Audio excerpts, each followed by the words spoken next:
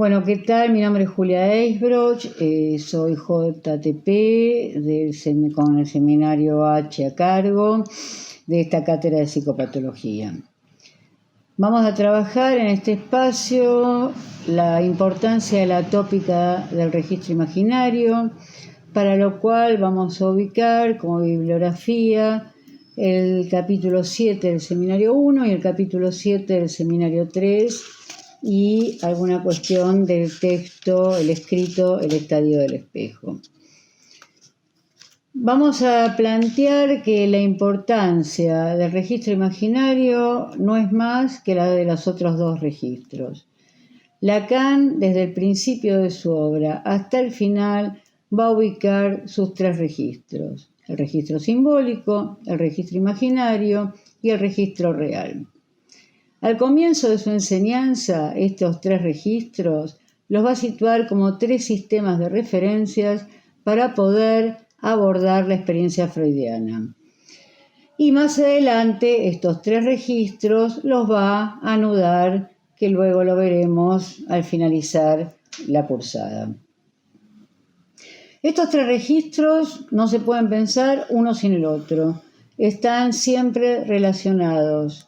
Pero al comenzar su enseñanza, Lacan va a plantear que el registro simbólico va a determinar al imaginario y al real.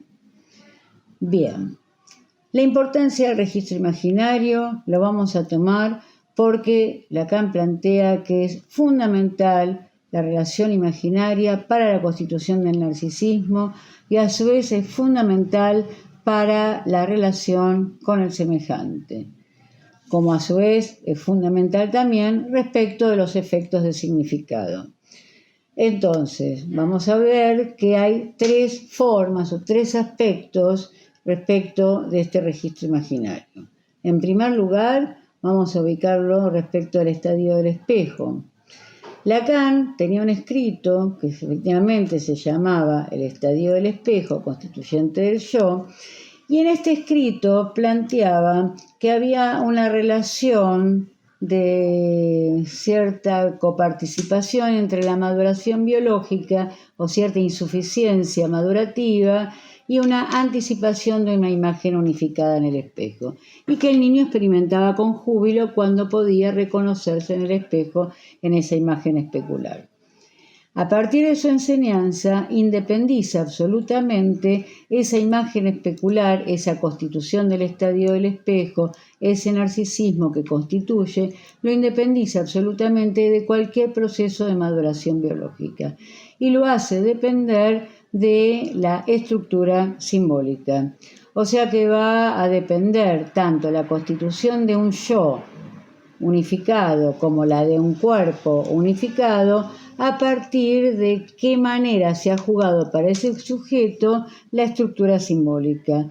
O sea que si esa estructura simbólica contaba con el significante primordial que vamos a llamar significante de nombre del padre o complejo de Edipo, que va a posibilitar que ese estadio del espejo le dé al sujeto, le provee al sujeto una imagen unificada de su yo y de su cuerpo.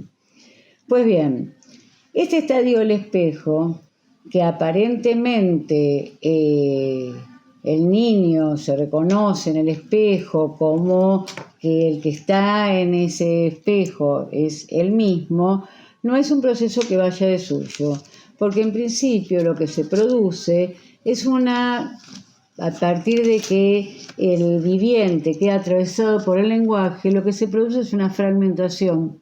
El lenguaje produce una fragmentación del viviente.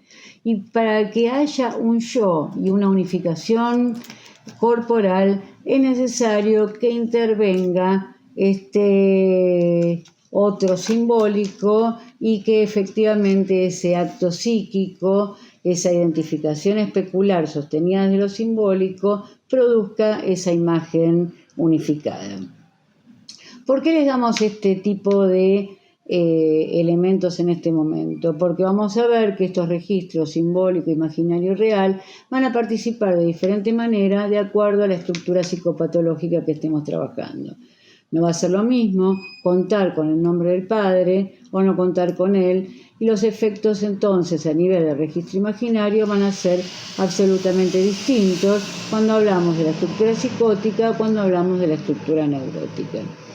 Por otro lado, decía, no solamente en relación al estadio del espejo, el registro imaginario es fundamental, que Lacan va a ubicar ese estadio del espejo como un complemento ortopédico, que ese yo es un complemento ortopédico respecto de la insuficiencia nativa, y que se va a producir siempre a partir de una identificación imaginaria, una identificación especular, y que va a tener como asumir como propia una imagen que siempre le es ajena. Por lo tanto, la relación al yo siempre va a estar marcada por una inestabilidad fundamental. Y la relación con el semejante, como segundo punto, va a ser una relación siempre marcada por este inicio, donde se juega una resonancia de exclusión o yo o el otro. Ahora bien, ¿por qué es vivible y por qué es habitable la relación con el semejante? Gracias a la intervención de esa terceridad, de esa ley simbólica, de ese nombre del Padre, que va a venir efectivamente a ordenar los lugares y a hacer habitable la relación entre un yo y el otro.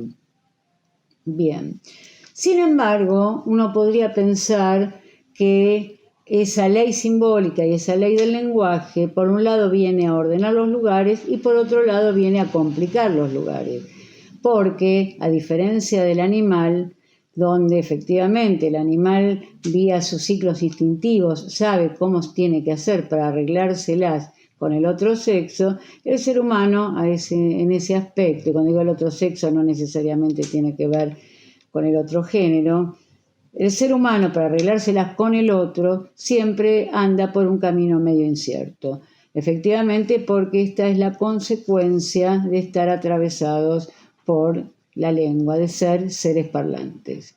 Entonces, bien, contamos con ese significante en nombre del Padre, haremos más habitable nuestra relación con el semejante y tendremos la idea de que yo soy en tanto he sido nombrado por algún otro, que yo soy y que tengo un cuerpo unificado, pero siempre marcado por una inestabilidad fundamental. Y por otro lado, habíamos dicho, ¿cuál es la relación con el lenguaje?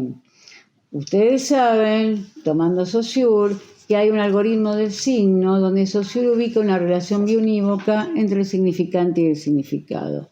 Pues bien, Lacan rompe la barra entre significante y significado, porque para obtener un significado es necesario al menos tener una articulación entre dos significantes. Entonces, el significado, que es imaginario, va a ser efecto o producto de la articulación de dos significantes en términos simbólicos, ¿sí? Y ahí vemos claramente cómo lo simbólico está determinando lo imaginario. Un ejemplo de ello, si uno dice, por ejemplo, el dulce lamentar de los pastores, es muy diferente a decir el dulce lamen tarde los pastores. Ustedes se dan cuenta que ahí tenemos aparentemente las mismas palabras y de acuerdo a cómo ubiquemos la puntuación en un sentido a precup o a posteriori podremos encontrar el significado que es variable y el significado imaginario dependerá de ese punto de corte a nivel de los significantes, a nivel de lo simbólico.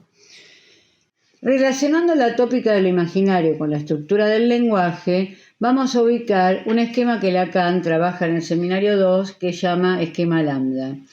Este esquema está constituido por dos ejes, el eje simbólico, el eje imaginario. El eje simbólico está ubicado entre el A mayúscula y el sujeto del significante. El eje imaginario que lo atraviesa, que lo intersecta, estaría ubicado allí el yo y el semejante. En el eje simbólico vamos a ubicar al inconsciente, al discurso del otro. Por lo tanto, en el eje simbólico vamos a ubicar todas las formaciones del inconsciente que dan cuenta de que efectivamente el inconsciente insiste, lo simbólico insiste. En el eje imaginario vamos a ubicar el eje yoico, el eje de la resistencia, el eje de la significación que va a resistir a la insistencia simbólica. Por lo tanto, ahí este eje imaginario Lacan lo va a denominar el muro del lenguaje. Bien. A partir de esta última afirmación, vamos a hacer un breve resumen y vamos a decir que la tópica del imaginario la vamos a poder pensar en 3 aspectos. En relación al estadio del espejo y la constitución tanto del narcisismo y la constitución de un cuerpo unificado. Este narcisismo que habíamos dicho que estaba fundado sobre una inestabilidad fundamental a partir de que se constituye respecto de la imagen de un otro que tiene que asumir como propia. En segundo lugar, la relación con el semejante, que siempre está teñida, ya sea de agresividad, de una tensión agresiva o de una cautivación erótica. Esto ya partiendo de la relación a la etología, solamente que en el ser humano, al intervenir la ley simbólica, se hace más apacible y amable la relación con el semejante. Y finalmente la relación al lenguaje, tanto en términos de el significado, efecto del significante y el significado en términos imaginarios, como el eje imaginario que resiste a la insistencia simbólica. Bien. No hemos dicho nada del registro real, pero sí podemos, en esta ocasión, pensar en él, en este acontecimiento actual que nos atraviesa a todos, que a todos nos deja inermes, que a todos nos angustia y que da cuenta de que efectivamente estamos constituidos sobre una ansia, estamos constituidos sobre una inestabilidad fundamental y frente a este real que irrumpe en el día en estos meses y frente a los cuales no tenemos respuestas ni siquiera desde la ciencia, únicamente vemos afectados en este momento nuestros yoes, nuestros lazos sociales, nuestras comunicaciones con los otros y nuestros narcisismos que efectivamente están marcados de esa inestabilidad fundamental y hoy más que nunca eso es lo que se nota. Bueno, hasta aquí este pequeño video. Estoy a disposición de las preguntas que ustedes quieran hacerme a través de los diferentes foros o del foro de las diferentes comisiones y me despido de ustedes hasta un nuevo encuentro. Muchas gracias. Hasta luego.